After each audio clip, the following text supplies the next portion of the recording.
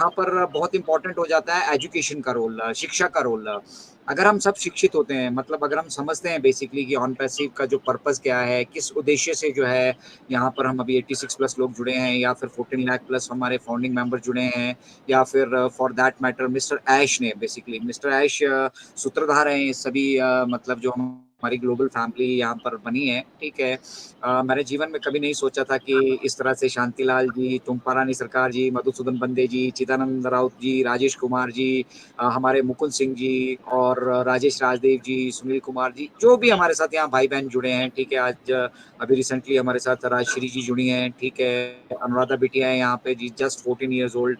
हम सब लोग आपस में कभी मिले नहीं है, प्रैक्टिकली कभी नहीं मिले हम। कभी कभी ऐसा नहीं हुआ है कि हम एक दूसरे को बरसों से जानते हैं और कहीं आके हमारी मीटिंग्स होती रही, या कहीं चौराहे पे बैठ के हम चाय की चुस्कियां लेते रहे, या कहीं मैरिजेस में, फंक्शंस में जैसे रिलेटिव हमें आपस में मिलते रहे।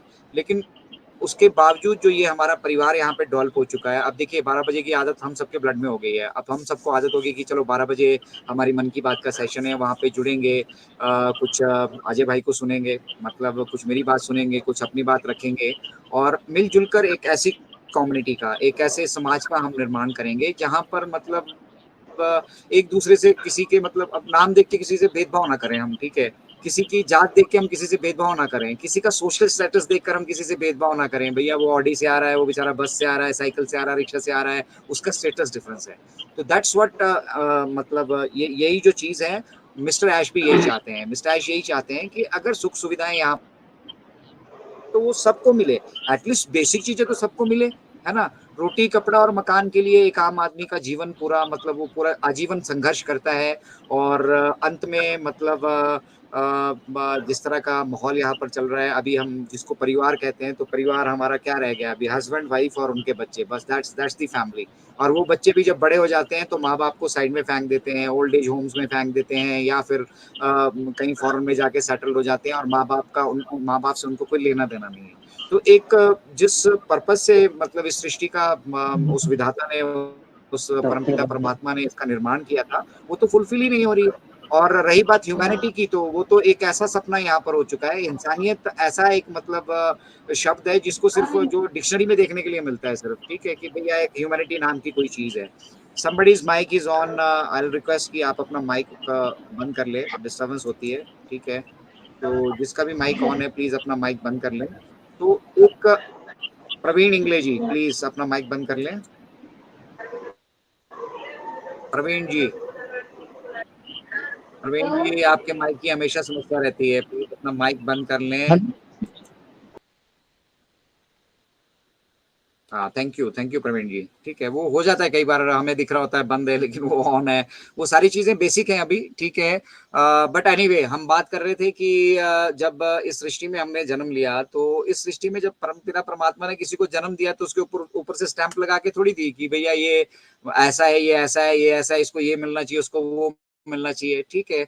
उसी तरह से इस धरती पे जितने भी रिसोर्सेज हैं, जिनको कुछ बागड़ बिल्ले मैं उनको कहता हूँ बेसिकली, कुछ लोगों को बुरा भी लगता है, लेकिन कुछ लोगों ने अपना राज उस पर समझ लिया है। आप समझिए, मैं बड़े बड़े मतलब आप बिजनेसमैन को देख लीजिए, बड़े बड़े बिजनेस टाइकॉन्स को देख लीजिए, अंबानी को देख लीजिए, अडानी को देख लीजिए, फॉर दैट मैटर आप चले जाइए, आप एलन मस्क को देख लीजिए, बिल गेट्स को देख लीजिए, बहुत सारे बड़े बड़े बागड़ बिल्ले यहाँ पर मौजूद हैं। बट कभी किसी ने क्या व्यवस्था के लिए सोचा?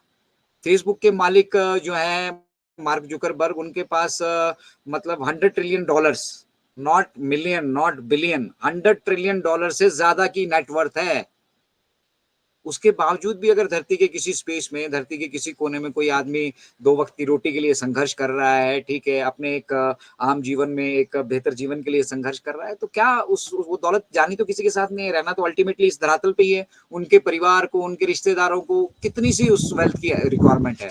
तो ये सारी चीजें मिस्टर ऐश ने सोची, और मिस्टर ऐश ने सोचने के बाद फिर 2018 में अपना वो विजन ने कहा कि चलिए आइए मिलकर देखिए, इस व्यवस्था से तो हम लड़ नहीं सकते हैं।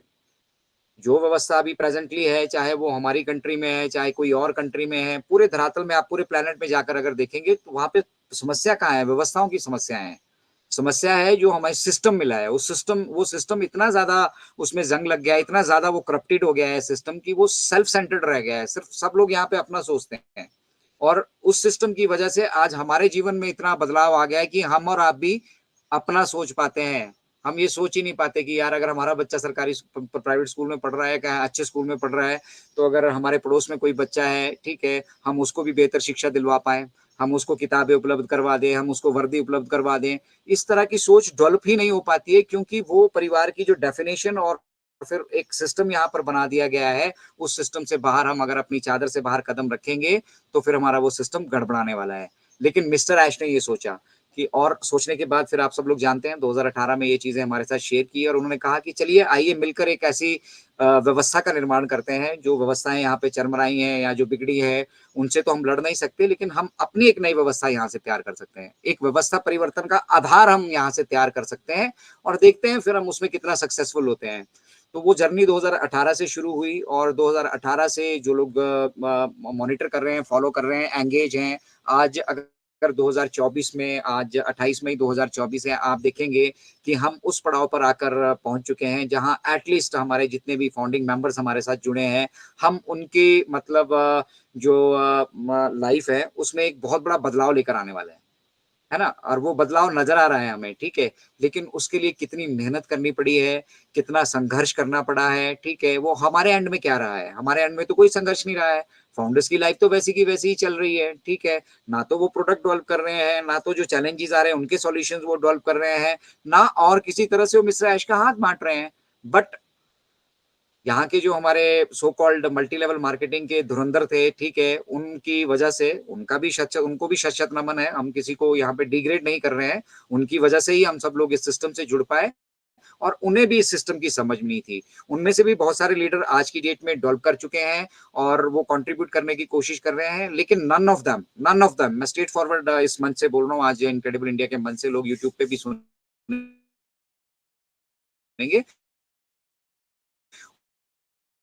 उनमें से किसी ने भी इस बात पर फ़ोकस नहीं किया। हम उन्हें बताएँ कि ये भैया व्यवस्था परिवर्तन बेसिकली है क्या? हम इसको किस तरह से डेवलप कर रहे हैं? ये प्रोसेस क्या है? इस प्रोसेस में क्या-क्या चीज़ें हो रही हैं? और ये हमें आने वाले वक़्त में किस तरह से बेनिफिटेड कर पाएँगी? एज़ अ रिज़ल्ट क्या हुआ? बहुत सारे लोग जब हमने अपनी फाइनेंशियल एक्टिविटी सितंबर 2023 से सितंबर 2023 से जब हम अपनी फाइनेंशियल एक्टिविटी शुरू की, बहुत सारे लोग संशय में रहकर, डाउट्स में रहकर और कुछ लोगों के पास हो सकता है व्यवस्थाएँ ना हो, वो पार्टिसिपेट नहीं कर पाए इसमें। तो पार्टिसिपेट नहीं कर पाए तो उसका रिज़ल्ट क्या हुआ? First opportunity. ये फर्स्ट अपॉर्च्युनिटी वो मिस कर गए और इस अपॉर्च्युनिटी के साथ उन्होंने बहुत सारी चीज़ें मिस की हैं। देखिए, एक ऑर्गेनिक ट्रैफ़िक हमारे पास बैक एंड पे तैयार खड़ा है, ठीक है? उस ट्रैफ़िक का डिस्ट्रीब्यूशन वो मिस कर गए। उस ट्रैफ़िक के साथ वो अटैच हो सकते थे, जुड़ सकते थे। वो ट्रैफ़िक अब होने के लिए कोई बड़ी-बड़ी कॉर्पोरेट कंपनी हो सकती है, बड़ा कोई कॉर्पोरेट हाउस हो सकता है। बहुत सारी चीज़ें यहाँ पर